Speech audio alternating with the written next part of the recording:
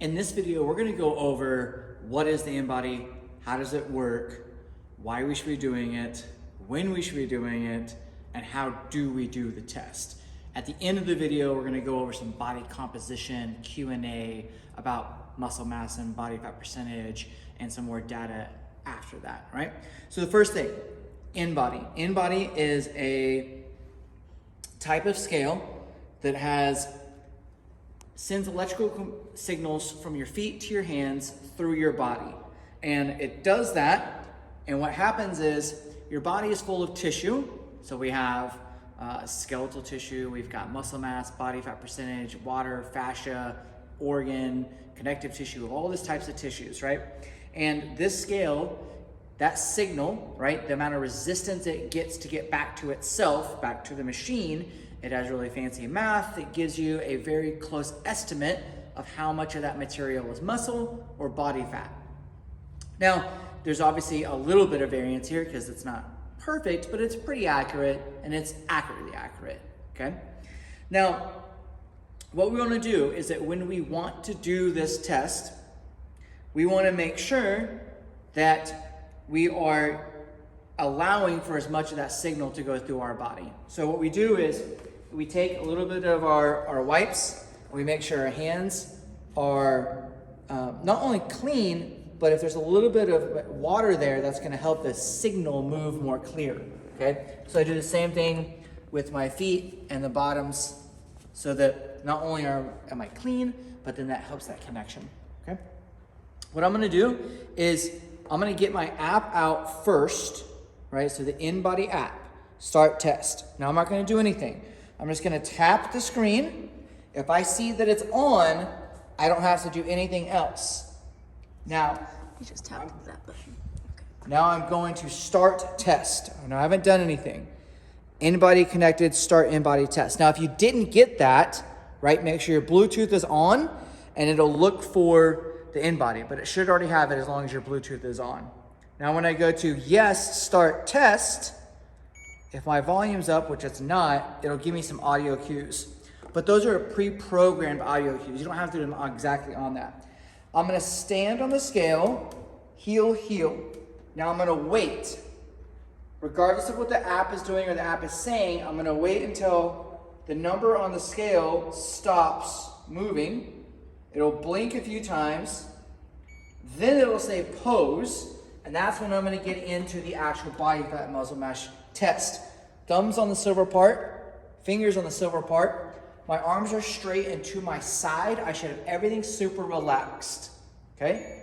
And I'm not gonna move, I'm gonna wait. And now the test is finished. And I will stand off, okay? The numbers are on the screen as well as they will pull up on your app. Once you have done your very first InBody test with your trainer and your first power pack, you don't have to touch anything else on here. So if your data is stored inside the phone, it's connecting to the scale, you don't have to change your height, you don't have to do anything, right? Just stand on it until the weight blinks solid. Then when it says pose, reach down, grab the handles, and relax your arms.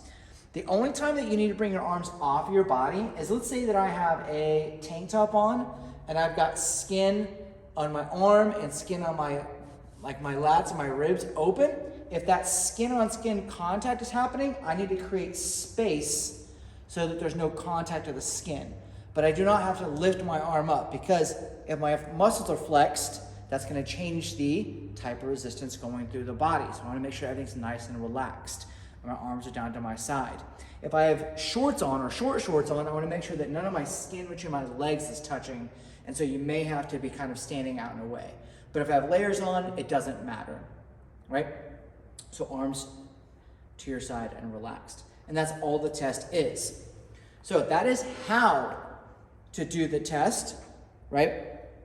That is how it works. But it sends my signal through your body and comes back down to the machine, a bunch of math, and it says it took me X amount of seconds. So it means I must have gone through X amount of this and X amount of that. It takes your body weight, and then that's what gives you the data on the app, okay? Now, as I'm looking through the app, right, I can see the history.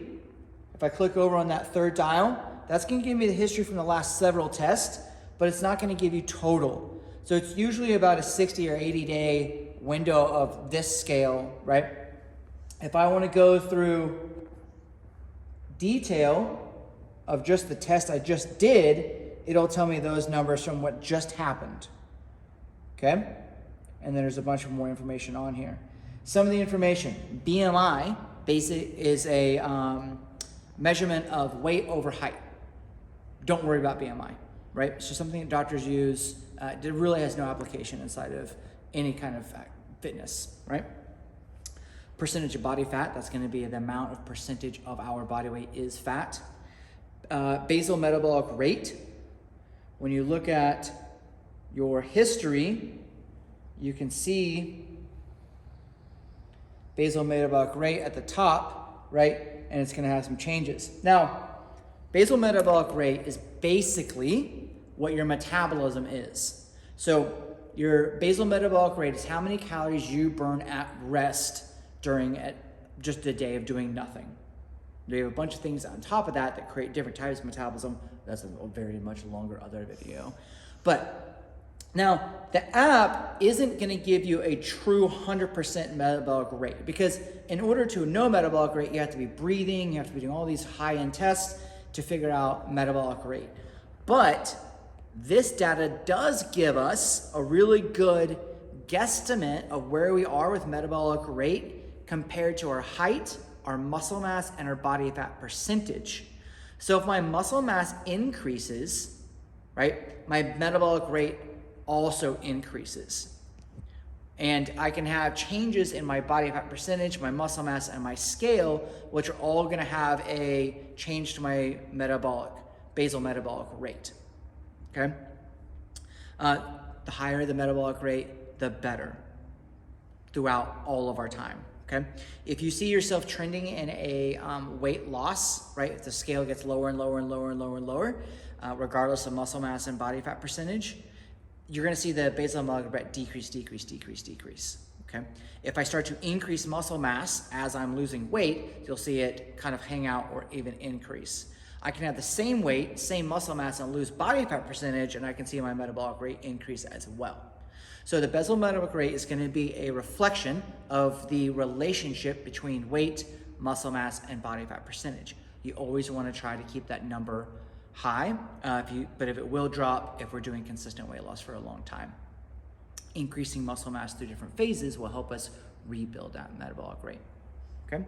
Why you should be using an InBody. You should be using an InBody if you have a body composition or weight loss goal. So regardless if I have a scale weight goal of I want to lose 20 pounds or a body composition goal of I want to look this way in the mirror, I need to be using the InBody in a high frequency so that I can have really great data about telling me what's trending in my process.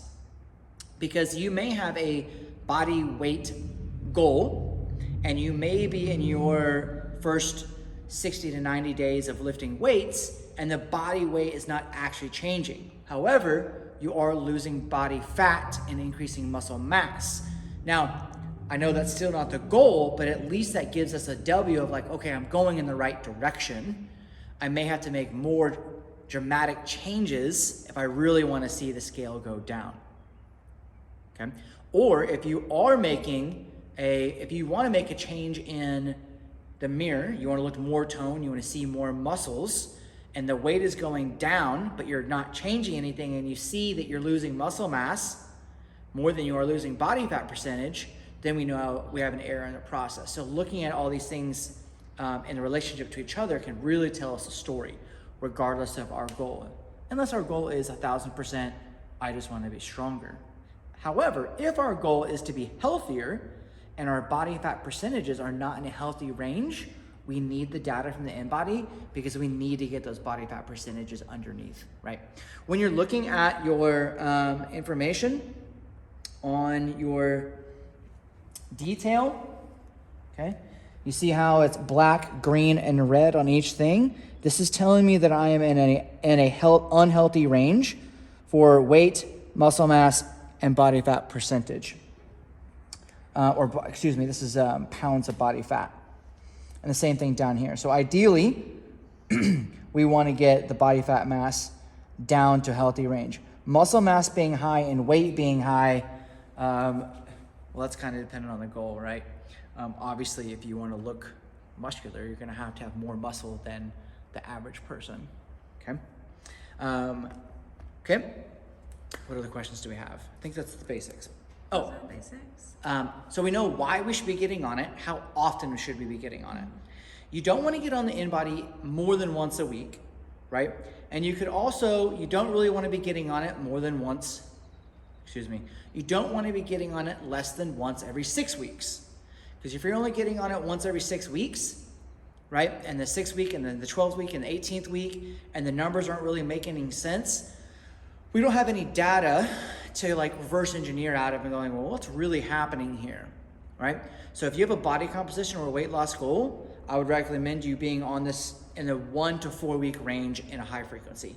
So once a week, every 2 weeks, every 3 weeks, at the max, once every month. Because we're not looking at single points. I know it's normal for us to think at day 1 I was this, at day 72 I was this, great. Okay, and that's fine. But if we're at day 1 at day 72 and we don't like that number, if we don't have anything in between, we really don't know what's going on. And as coaches and as a system and as a method, the more data we have, the more precise and individual information we can give you, instead of just giving you the basics of like, I don't know, eat better. And we're like, I don't even know what you were doing because I don't have any data, right? So I would highly recommend weekly or bi-monthly, which is every 2 weeks, okay? Highly, highly recommend. When you are doing those tests, since this is a signal going through your body, when I do it during the day, how much water, food, and like sweat I have is gonna change that. We have tested this before and after workout, and the percentages of body fat will be off by 4 to 8% within 1 hour just because of water intake change. So it's a big, big, big difference. That's why we never want to use the InBody after a workout. And then secondly, we always want to try to do it as consistently during the day as possible. So if I'm always coming into the 5 p.m. Wednesday session, and I'm always getting on the InBody at 4:45, then that's consistent data, right? But if I'm always coming at 5 a.m., and then my 5th week I come in at 5 p.m., and then the next one I come at a.m. and I see this huge change in my data, I'm like, what happened then? How did I lose 2 pounds of muscle in 1 week? Well, you didn't. You just did the test at a different time of day, and all the stimuluses, all the inputs are different, okay? You want to be as fasted and as consistent with water as much as possible. You don't have to not eat, but ideally you want to have no food 90 minutes prior and minimal water 90 minutes prior. That doesn't mean that if you're coming at 5 o'clock, you don't eat and drink all day and then try to come work out. It just means that you're not eating and drinking like right before you get on the test. Because if you have food on your stomach, that's going to change the signal going through your body. Okay? What does it mean when my weight is the same but muscle mass is up? Okay, so now let's get into some body composition things. What happens if my weight is the same but my muscle mass has gone up, right? That means that your body is looking at taking one type of stored fuel, i.e. fat, and we have given it stimulus, weightlifting, right? So it has stimulus in of like lifting weights and strength training, and it has stored fat, and it says, I need to create more tissue to be accommodating to this type of input, and it takes the stored things and it creates muscle, right? So this is calorie repartitioning. So it's taking in calories we already have in our body, and it's saying, I want those calories to be muscle and not fat. So it's moving it inside your body when you're giving it that specific stimulus in, okay? So that could literally mean that you're replacing fat with muscle.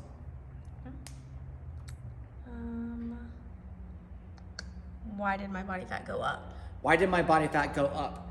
Now, this is really why you want to look at as many data points as possible, because if you're doing week 1 to week 2, your second time to ever get on it, and it's 7 days later and your body fat is up 2%. And you're like, I gained 2% body fat in 1 week? That doesn't how is that possible? Well, it's probably not actually 2% body fat.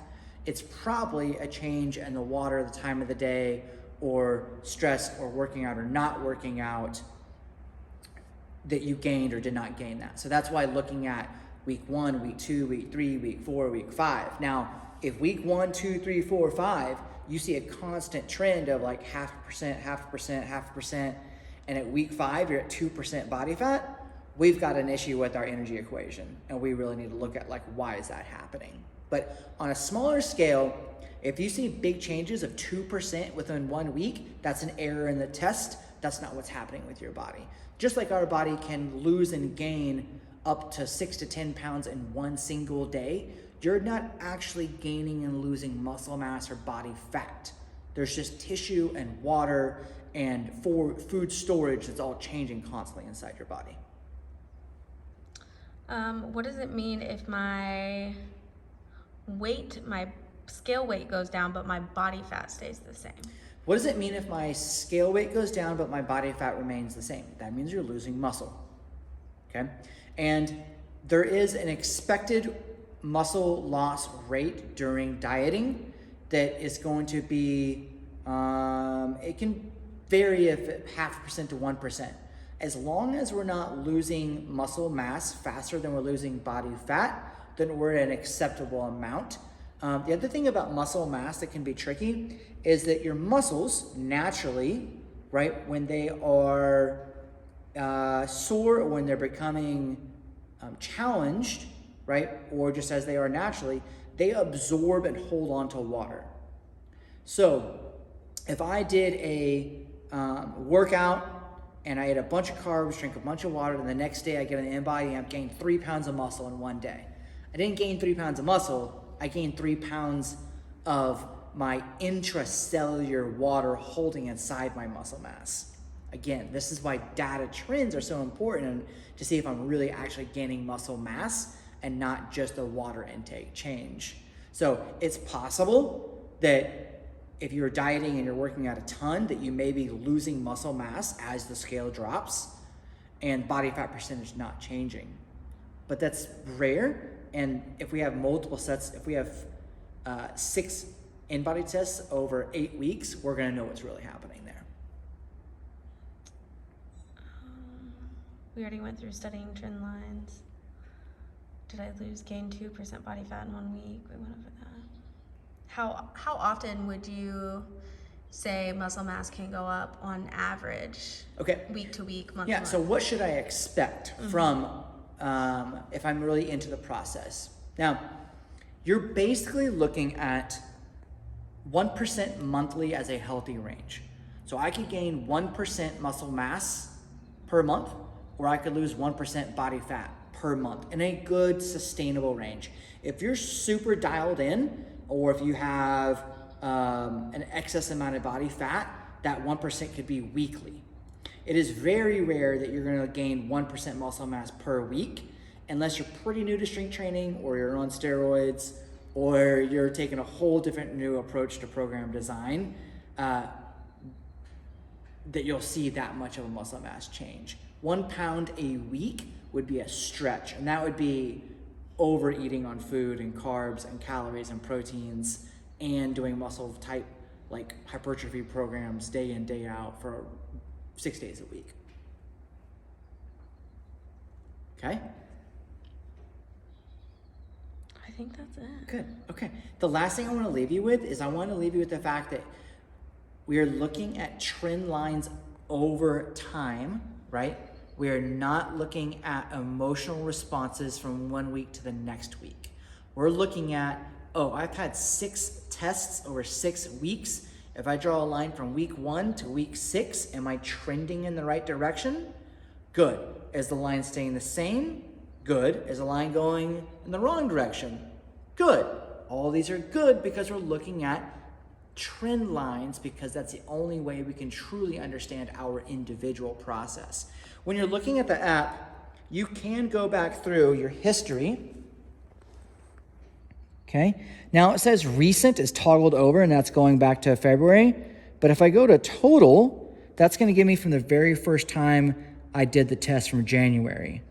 Okay, and you can see trend lines, right, are kind of going in a very similar direction. Okay, so total to recents. You can also go into the 3 dots, and you can go into InBody results, and you can look at all the dates. And so say that if you want to only look at a certain set, you can unclick certain ones and say, I only want to look at, that is deleting it. I don't want to do that, okay? But you can, oh geez, oh good grief. Okay, good. Recent tests. See, so I can apply, I can say, well, what is just been the month of February? Apply. Okay, and that's going to tell me what happened in February. Right? And you can look at detail and you can look at dashboard. When you look at dashboard, this is just going to tell you weight. Okay, and then it's going to tell you your averages. I love looking at history the most. Ranking doesn't matter. Don't worry about it. This is just some nonsense.